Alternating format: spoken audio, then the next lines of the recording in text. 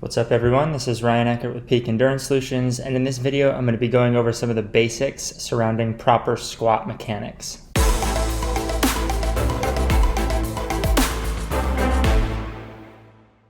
What's up everyone, so as I mentioned in the intro to this video, I'm going to be talking about some of the basics surrounding proper squat mechanics. The basics that I talk about and that I cover in this video are applicable to pretty much any type of squat that you do, whether it's just a bodyweight squat, whether it's a back squat with a barbell placed on your upper back, or whether it's a front squat with a barbell like I'm going to be demonstrating in this video. There's obviously other variations of squats out there. You can do squats with dumbbells, squats with kettlebells. It really doesn't matter what the squat motion is. Universally, a squat should look the same no matter where you're loading the weight on your body. Mechanics might differ ever so slightly, but in general, a squat should look the same, and there's a few kind of key points you want to make sure that you're nailing when you're doing a squat. And so that's the goal of this video, is to cover some of those basics and also to dispel a few of the common myths surrounding squats, and some of the different cues and thoughts surrounding squat mechanics that are just false. And so I'll be sure to discuss some of those as well as I'm going through this. So what you see right here this is me squatting or doing a barbell front squat from the side. And so this is the main view of the squat that I'm going to focus on. But before I show you what to look for from the side, I want to talk about the setup. And so for that, we're going to look from the front. So with the squat, move that out of the way here. So with the squat, the setup in terms of like how far apart someone puts their feet and where they point their toes, that part's a little bit individual, and it kind of depends on the individual's anatomy and physiology, maybe even more so their anatomy. So depending on like how mobile their hips are and what the structure of their hip looks like in terms of like the ball of the head of the femur and how it sits in their actual hip socket, those aspects of one's anatomy kind of determines how their squat might look, and especially like how far apart they place their feet and which direction they point their feet, how far out their knees go versus how narrow their knees track. So with me, I've tended to notice over time that I need to point my toes out slightly and have a foot stance that's about shoulder width, maybe even slightly wider. And that's just what suits me best with how my hip mobility and flexibility and anatomy is. But some people can get away with a slightly narrower stance. So the width of the stance isn't incredibly important. It's only important in the sense that it's determined based on the individual's unique anatomy and physiology. So there's not necessarily one right way of setting up your foot stance with a squat. It's kind of just whatever works best for you. But no matter what your foot stance is, there's a few couple key mechanics that you want to make sure that you're following, regardless of where your foot placement is. So typically foot placement is about hip width to shoulder width apart, maybe a little bit wider, but usually it's not going to be much wider than shoulder width, and it's not going to be much narrower than hip width. And again, I mentioned some people like to point their toes out. That helps me because it kind of opens up my hips. I tend to like to squat with my legs a little bit more externally rotated, which is essentially with my toes pointing out a little bit more. That just works better with my hip anatomy. Some people can get away with having a nice neutral leg position where their toes are pointing straight forward, and that's totally fine. So with my setup, I have my feet shoulder width apart, toes pointing slightly out, and then regardless of what your foot placement is, once you get that settled, you want to make sure that you're engaging your core and your back. So no matter where the barbell is, whether you're just doing a bodyweight squat or whether the barbell's on your back or wrapped on the front, you want to engage the core, tighten everything in the core, the lower, middle, and upper back.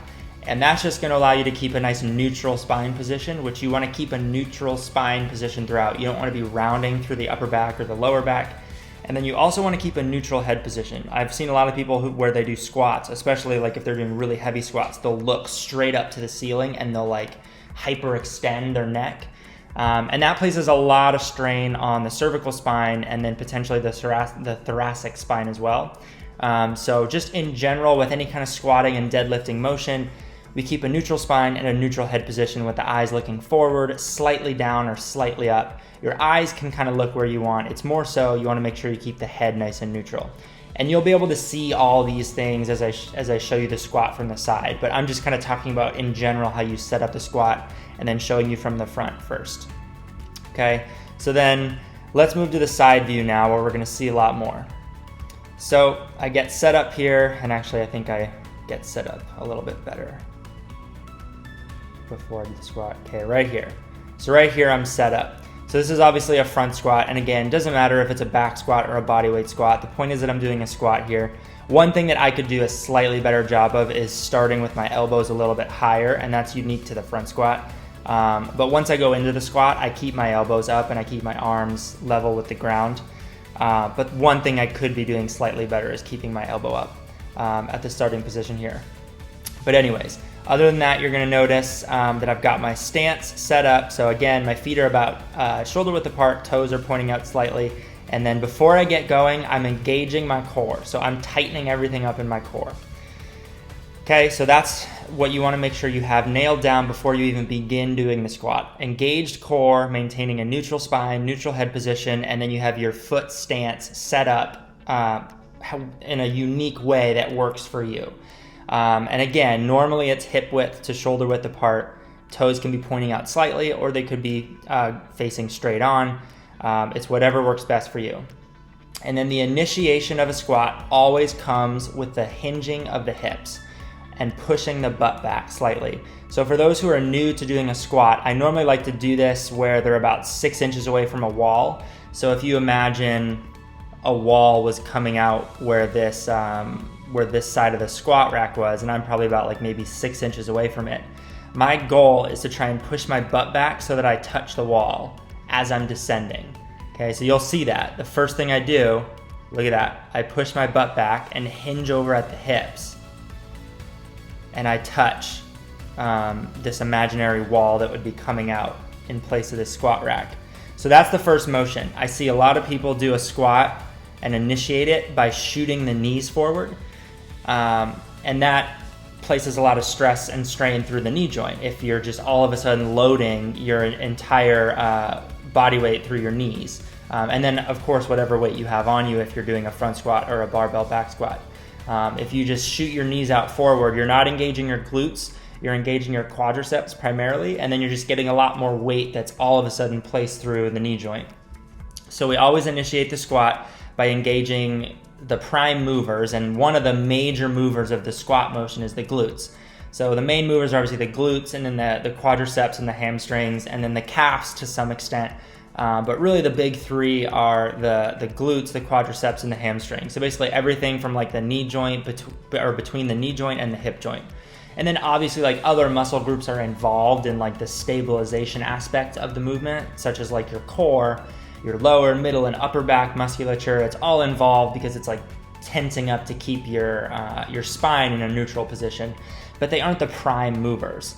Your lower back is to some extent since you're doing hip extension when you come up out of the squat, but the prime movers are the glutes, quadriceps, and hamstrings. So we want to load the glutes initially when we go into the squat, so that's why we hinge back at the hips, or we hinge at the hips and push the butt back as we descend. And now I'm bending at the waist and flexing at the knees at the same time as I descend. I'm not just bending over at the waist and then just flexing at the knees. I'm doing both simultaneously, okay? And I'm descending until I get down to about parallel to the ground with, and actually, let's show you this video. This video I do a little bit better job of keeping my elbows up. So let's go right here. So I'm descending until my thighs are about parallel to the ground right there, okay? And so you'll see thighs parallel to the ground. Now when we're in this position, there's a few misconceptions when you're descending into a squat. One of the big ones that I've heard is you want to keep your knees in front of your toes, which is false for some people, and it might be true for some people. So you're going to notice with me, if I were to draw a line straight down, I have my knees slightly out in front of my toes. Okay, and that's not necessarily a bad thing. So this depends again on someone's anatomy. So someone who has like a really short leg length relative to their torso, if they have a really long torso and really short legs, their knees might not jut out in front of their toes. Their knees might end up being right over their toes or right behind their toes. And that's fine. So in this case, I'm also fine. But what you really want to be paying attention to is the relationship between your torso and your tibia or your shins. So, and it's called the tibial torso relationship. And so what you would see here, if I were to draw two lines again, you would see that my shins and my torso are parallel with each other. Okay, so that's what we really want to see at the bottom of a squat for anyone, regardless of their anatomy, is we want to see their torso and their tibia or their shins, the tibia is just the shin bone, parallel with each other. So I would be in the wrong and I would want to correct it if, let's say, I was bending over way too much at the waist and my back was at like this angle and then my shin was at this angle, right? So if they're not parallel, that's where we need to make corrections. And so normally you can just look at yourself or someone else from the side and you can see it pretty clearly. But what we want to make sure we're doing at the bottom, proper mechanics, is parallel relationship between the tibia or the shin bone and the torso, okay? And then what this does is essentially it's making sure that you're loading yourself appropriately through your glutes, hamstrings, and quadriceps and not primarily shifting all of your weight forward through the knee joint. So if I were to all of a sudden like push my knees forward a lot more, I would take some of the loading off of my glutes and then there'd be too much loading going on through my quadriceps and my knee joint. So by being in this position at the bottom, you're adequately loading all of the prime movers involved in the squat position without placing too much stress through the knee joint. Okay, so it's not necessarily a matter of where the knee joint is in relationship to the toes. That doesn't necessarily matter. Some people, their knee is going to come out a little bit further than their toes. Some people, it's not. And again, it just depends on individual anatomy and physiology. I've worked with some people who have really short legs in relative to their torso, and their knees like almost stay above their ankles the whole time. And then I've worked with some people who are incredibly tall and they have really, really long legs and their knees are like out here at the bottom of the squat. And it doesn't necessarily matter, again, as long as their torso and their tibia are parallel with each other at the bottom. That's really what we're looking for. And then the other major things that we're looking for at the bottom are, again, a neutral spine position with the chest up. So you don't want to be rounding the back or rounding the lower back and letting the chest drop. In this case, I'm doing a front squat, so I want to keep my elbows and my arms up in line with my shoulder. I'm doing a pretty good job. I could again be doing an ever so slightly better job here. I think this was at the end of a workout, so I was a little bit tired. So it kind of shows you how your technique breaks down a little bit as you fatigue. But with a front squat, unique to this, I would want to be keeping my arms up and my elbow up in line with the shoulder. If it was a back squat, obviously you'd just be set up with the barbell on your back. But regardless, again, of what type of squat you're doing, you want to keep the chest up, spine is neutral, core is engaged, head is neutral. I'm not looking, or I'm not hyperextending my neck and moving my head backwards and looking straight up. I'm also not flexing at the neck and looking straight down in front of me. Just a nice neutral head position. And then I have my weight, you'll notice, and you can see it too as I move through the squat. As I descend, you'll notice I have my weight kind of distributed right through like the middle or back of my foot. So I'm not coming up onto my toes, but I'm also not like falling backwards onto my heels. So a lot of times I'll give the cue of like, think about driving through the heels or the middle of the foot. And that's where you want most of your weight to be centered on your foot. It's kind of like right through the middle or towards the back of the foot. Not all the way on the heel and not all the way on the toes, okay? And that's really what you're looking for at the bottom of the squat and as you descend into it. And then when you come up, you're just coming back up the same way that you descended into the squat, okay? Just extending the knees and the hips all the way at the top, and then you'll just descend back into your next rep. Again, remember, hinging at the hips first, descending until the thighs are roughly parallel to the ground. And again, normally we just characterize a full depth squat as the thighs being parallel to the ground. Obviously this is somewhat dictated by the flexibility that you have as an individual.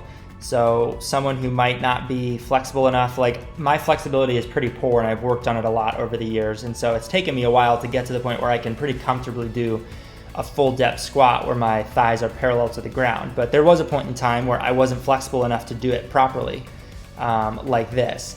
And so you might just have to work towards it. So if you don't have the flexibility to do the full depth, just stop where your technique starts to break down, right? So like if you don't have the flexibility to get parallel and you can only get to like a 70-degree bend in the knee, or you're just above your thighs being parallel before your technique starts to break down, then that's fine. Just stop there. And then over time, you would obviously want to work on improving your range of motion with the squat motion.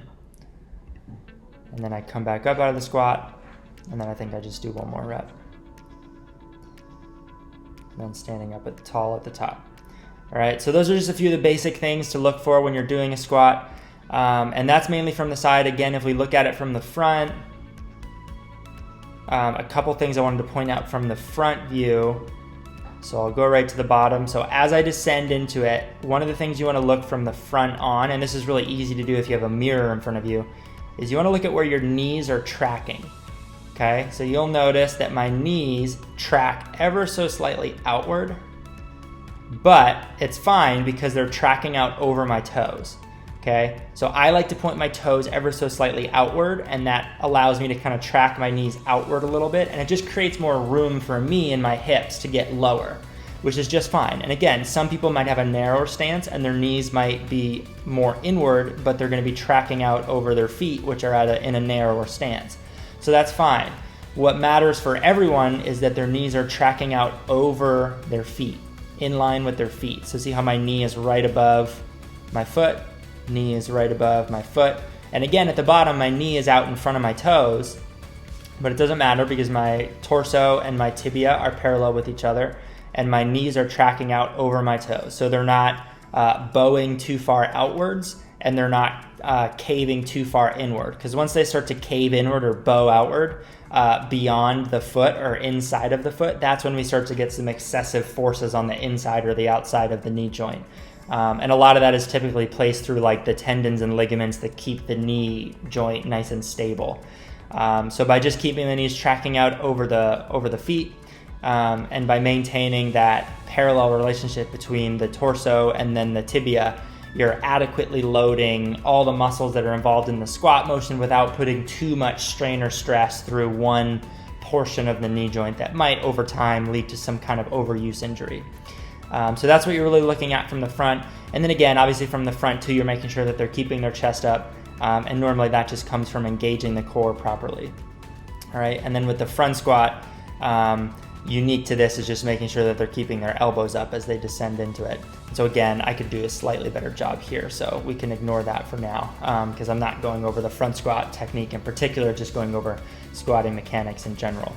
All right, so that's what you're looking at from the side and then from the front. Now the squat's a relatively basic and simple exercise. You can make it complex when you start to think about all the different moving parts and joints and muscle groups that are involved. But it is a relatively simple and basic and foundational exercise. So it's something that as an athlete, you definitely want to make sure that you're mastering, because it is just one of those kind of basic foundational movements that you can build upon so much in terms of your strength training. And then also it's just such a critical movement to be able to do properly if you are an athlete. And to be able to move through a full squat range of motion properly, and to be able to do it as you progress with more and more load, and to have strength throughout the entire squat range motion, just pays off big time in terms of your athletic longevity and performance. And so it's something you definitely want to work up to. A proper progression with this would be to start off by doing bodyweight squats. And if you're not even comfortable with bodyweight squats, you can even do what's called like a box squat, where you just practice sitting down on a box or even on a chair with proper squatting mechanics. And then you'd eventually progress to the bodyweight squat, and then you would eventually start to progress to some kind of weighted squat, whether that's a barbell back squat, a barbell front squat, even like a dumbbell squat where you're kind of holding dumbbells up on your shoulders, or like in a goblet hold position out in front of your chest. However you decide to weight the squat, it's up to you and what you feel you can best handle. But But in general, you want to make sure that you've mastered the bodyweight squat and you have all these mechanics dialed in before you start to add weight. That's typically what we would recommend with the squat.